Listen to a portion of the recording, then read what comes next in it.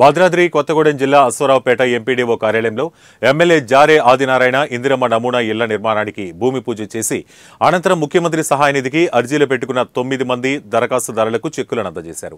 కాంగ్రెస్ ప్రభుత్వం గతంలో ప్రజాపాలన కార్యక్రమంలో మౌలిక వస్తువుల కల్పన కోసం అప్లికేషన్లను స్వీకరించినప్పటికీ ఇందిరమ్మ ఇళ్ల పథకం కోసం ప్రత్యేకంగా ఒక యాప్ ద్వారా దరఖాస్తులు స్వీకరిస్తూ లబ్ధిదారులను ఎంపిక చేయనున్నారు.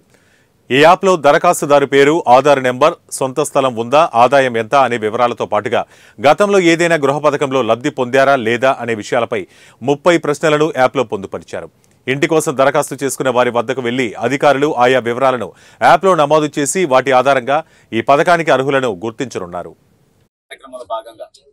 ఇందిరమ్మ ఇల్లు వస్తాయి, ఇల్లు ఇచ్చి కట్టే ప్రక్రియ మేము చేస్తామని చెప్పేసి ఆ రోజు హామీ మేరకు ఈ రోజు మరి తెలంగాణ రాష్ట్ర ప్రభుత్వం ఎప్పుడైతే ప్రజలు ఆశీర్వదించినటువంటి మరి ఇందిరమ్మ రాజ్యాన్ని అనుగుణంగా ఈ రోజు ఇంటి ఇల్లు ఇవ్వాలనే ఆలోచనతో ఈ రోజు ప్రభుత్వం ఒక మంచి ఆలోచన రావడం, అదేవిధంగా నా నియోజకవర్గంలో నేడు మొట్టమొదటిగా శంకుస్థాపన చేయడం జరిగింది. ఎంపీడీ ఆఫీస్ లో ఈ ఇల్లు రేపు పేదలకు ఇచ్చేటటువంటి ఇల్లు ఈ విధంగా ఉంటుందనేది వారికి ఒక నమూనా. ఈ రోజు నమూనా దాని నమూనా భాగంగా ఒక బెడ్రూమ్ ఉంటుంది, కిచెన్ రూమ్ ఉంటుంది, అదేవిధంగా హాల్ ఉంటుంది, అదేవిధంగా లోపల కూడా వాష్రూమ్స్ లోపల అరేంజ్ చేయబడతాయి.